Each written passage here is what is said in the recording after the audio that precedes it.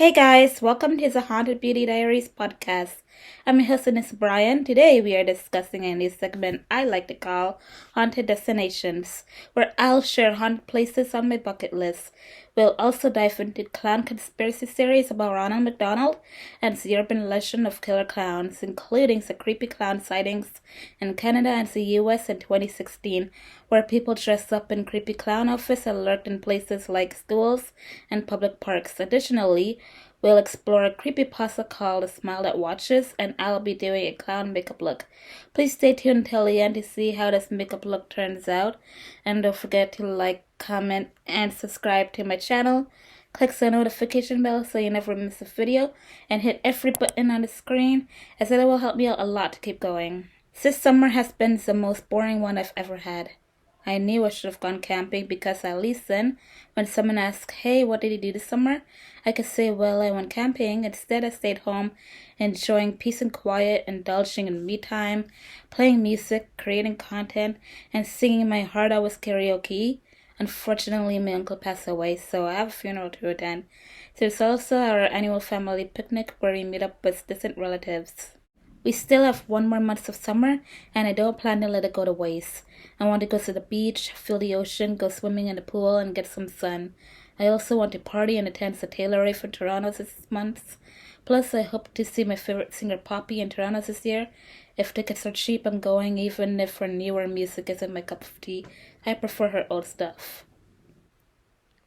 Currently, I'm on Season 8, Episode 1 of Winx Club. I didn't enjoy Season 7 much. I fell asleep through half the episodes and only paid attention when Flora was on screen. I love Flora, she's even my wallpaper. In Season 7, we get to see more of her background, meet her parents, and understand her connection to nature. She really shined this season, becoming more expressive and showing a bit of sass with an edgy style. Her hairstyles were flirty and cute, yet she remained soft, calm, loyal, and feminine. There are scenes where she saves her friends and needs saving herself, but not too often, which I liked. However, I had to push through the furry animal focus. It felt like the animals were the main characters, making the actual main characters feel like side characters. It was too much to handle and too childish. Don't get me started on Season 8. The drastic change in animation is killing me. I understand why they made Flora lighter in previous seasons, but in the last season, her character design changed so much it was hard to recognize her. The boys look short and childish, making the girls look older and taller. Their new outfits and hairstyles are confusing, and the girls' heads are bigger, giving off Bratz vibes, while looking more human. It's all too much. I wish they had stuck with the original animation style. I'm glad they changed it in the reboot. Ever since I was introduced to Kelsie Davies and Omar TV, I've come across a few ghost hunting vlogs titled The Clown Motel, and I've been fascinated ever since. I've added that place to my bucket list of haunted destinations. Here's a brief history of the Clown Motel. Welcome to the Clown Motel, located in Tonopah, Nevada, a place where the lines between reality and nightmare are blurred. Here are some eerie facts about this haunted hotspot. The motel's collection of clown dolls, statues, and artwork will make your skin crawl, but be warned, the clowns seem to move on their own, and some have reported finding them in different positions altogether. Built in 1905, the motel was originally a lodging for miners, but after a tragic fire, the building was rebuilt and the paranormal activity began.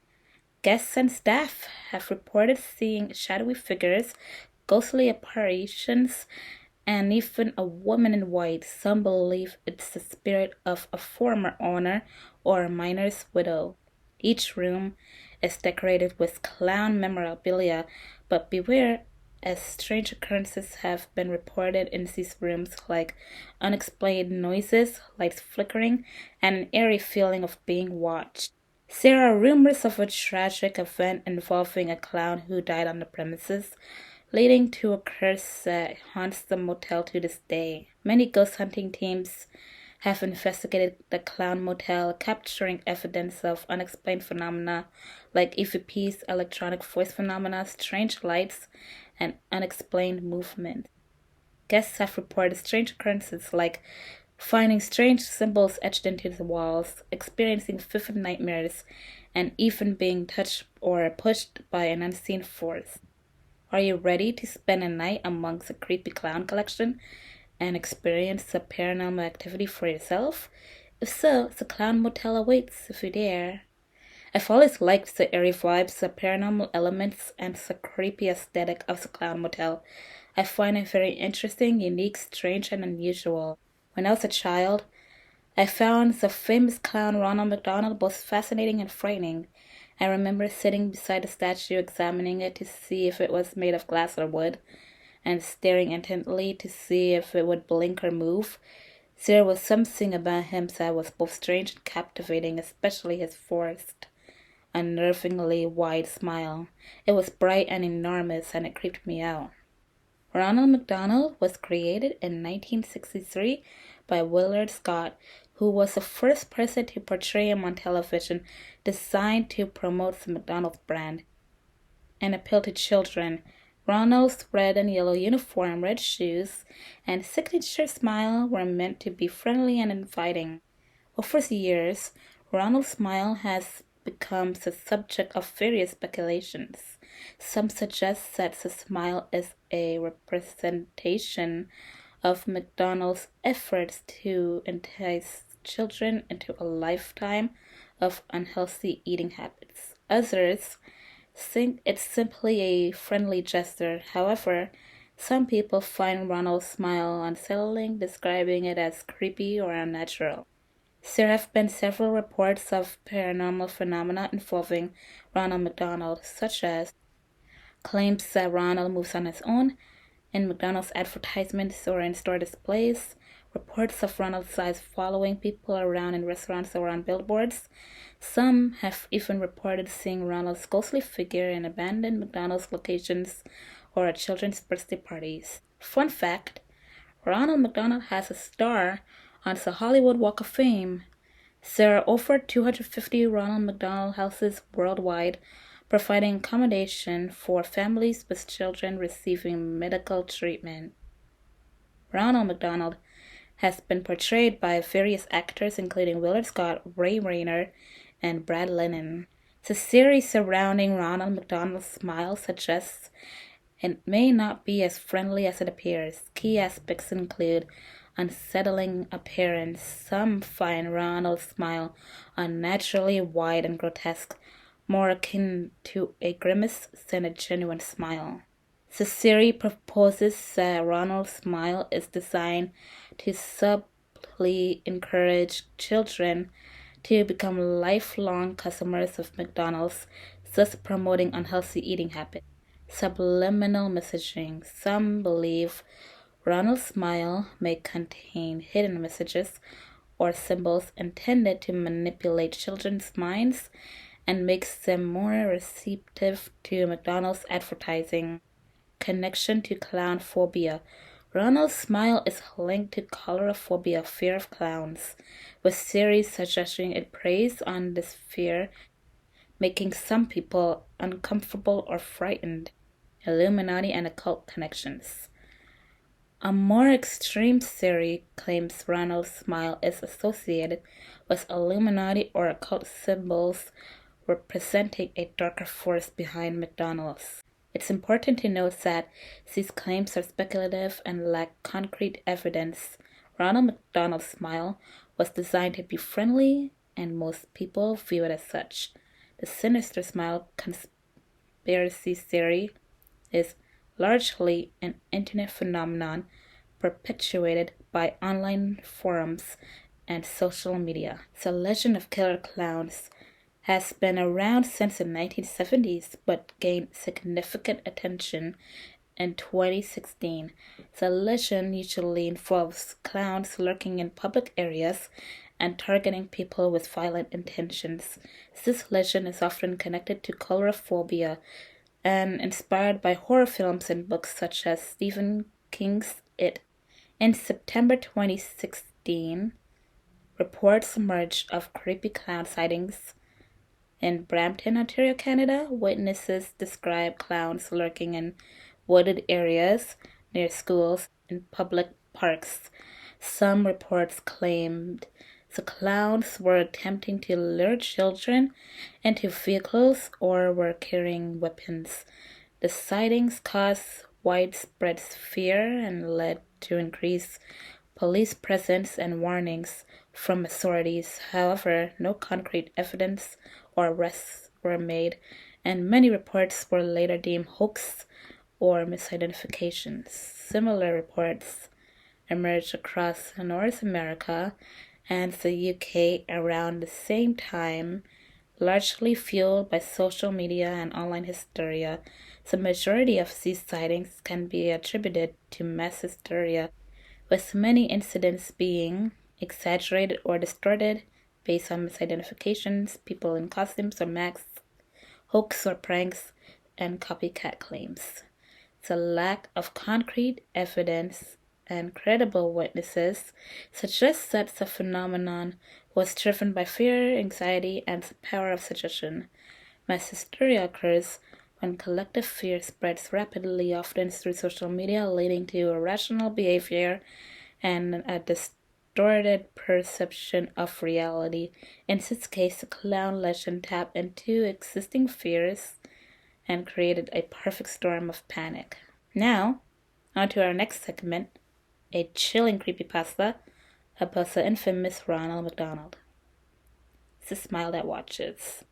I used to work at a McDonald's in a small town where the Ronald McDonald statue loomed in the play area. At first, it seemed like just a cheerful mascot, but over time, something about its smile began to unsettle me. It felt as though it was watching me, its grin following me wherever I went. I'd catch fleeting glimpses of it, the smile growing wider and more unsettling each time. I tried to dismiss it as my imagination, but the unease only grew stronger. One night, as I was closing up the restaurant, I saw something that froze my blood. The Ronald statue was in its usual spot, but its eyes now glowed with an eerie unearthly light. Then its smile began to stretch and contort, expanding into a grotesque and human grin. I tried to flee, but my legs felt like they were anchored to the floor.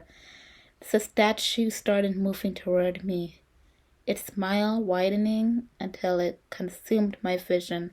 I felt myself being drawn into a void of teeth and darkness. When I regained my senses, I was lying on the floor, the restaurant eerily quiet as I stumbled outside into the night.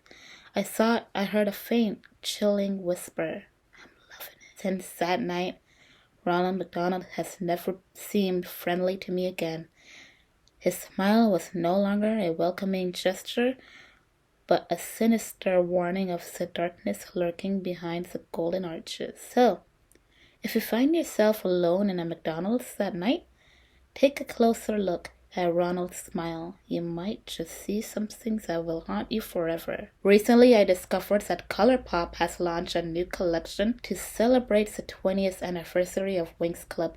The collection features a variety of glittery items, including creamy eyeshadow sticks, highlighters, lip glosses, and more. Be sure to check them out before they're all sold out. I'd like to give a non-sponsored shout out to ColourPop.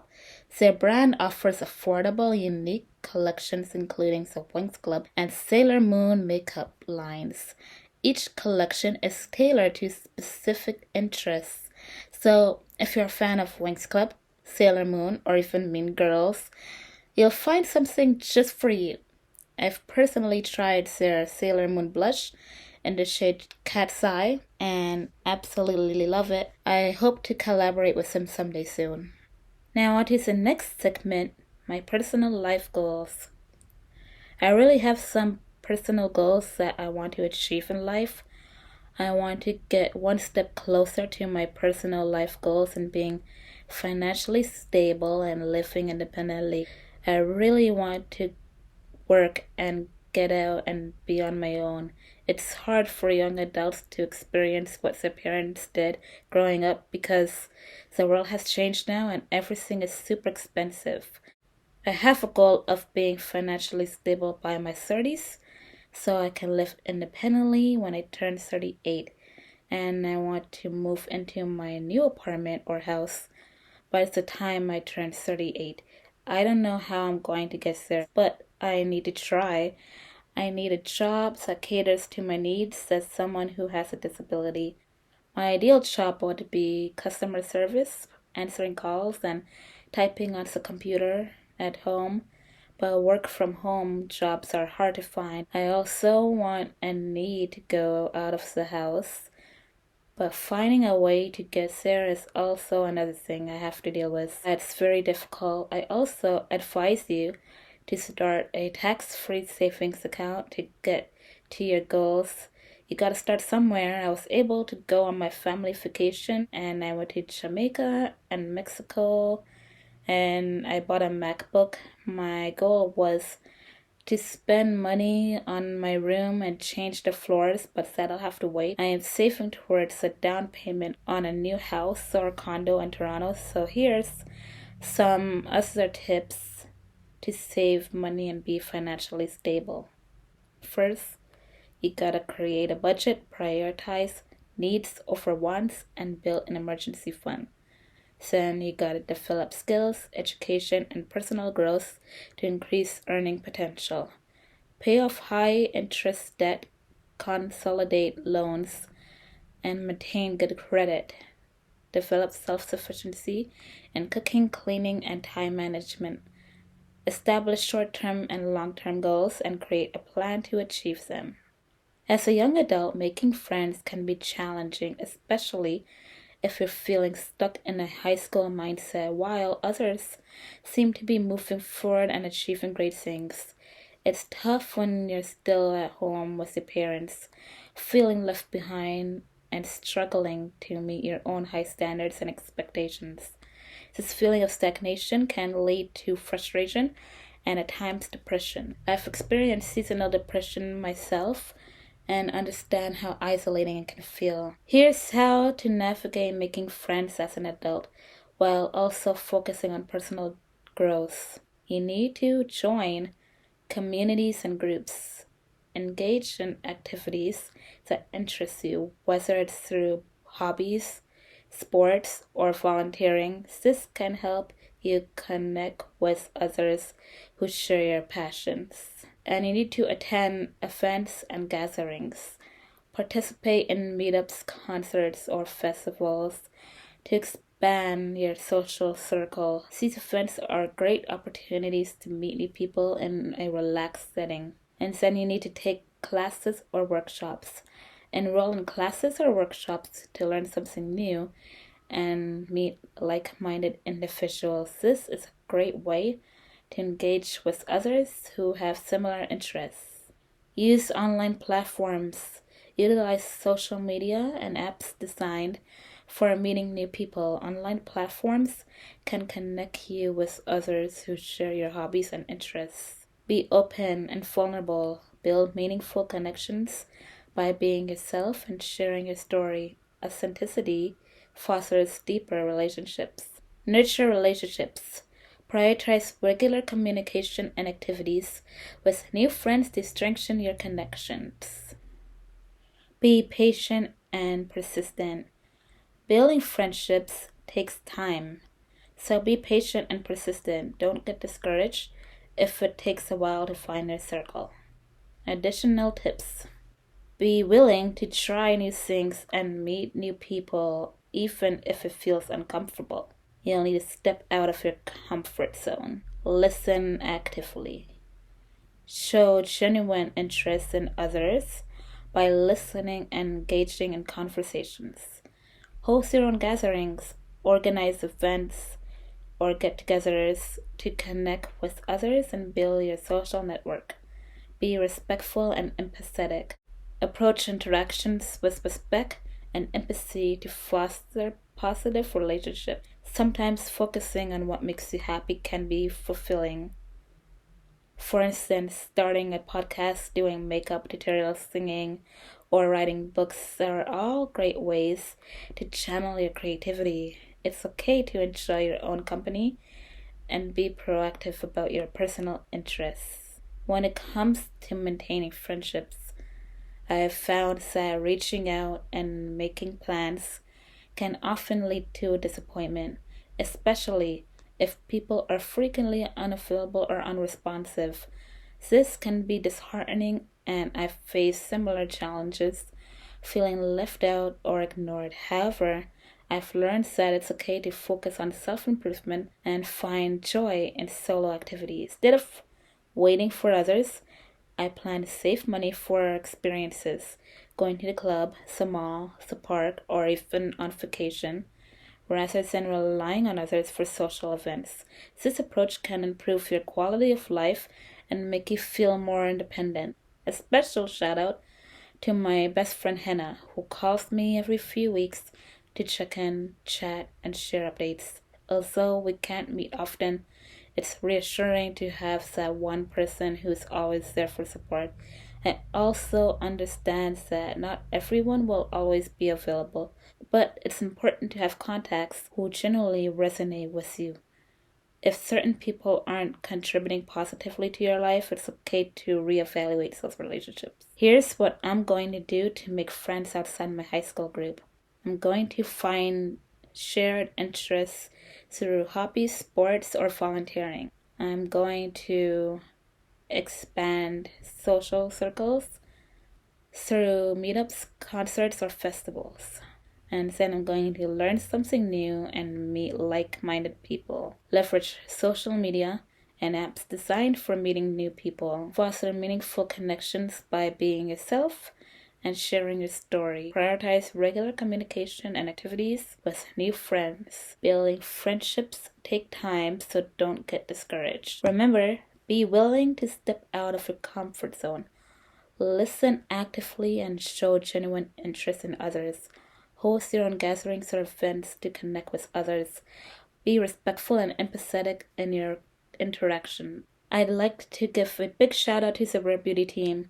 Please support their Rare Beauty Impact Fund, which is launching a new series of free webinars focused on mental health. They've conducted deep dives into sensitive topics such as self-harm and suicide, offering insights into their struggles and perspectives on managing mental health. I joined a session today, and it truly felt like we were all in the same office despite being on Zoom. It was a fantastic experience, so make sure to check it out. And that's a wrap for today's episode of the Haunted Beauty Diaries Podcast, where we delve into the chilling world of killer clowns and explored important aspects of mental health. I hope you enjoyed our discussion and found it insightful. Don't forget to like, comment, and subscribe so you don't miss out on future episodes. I'm looking forward to seeing you again next week for more spooky stories and engaging conversations. Until then, stay curious and keep embracing your inner beauty.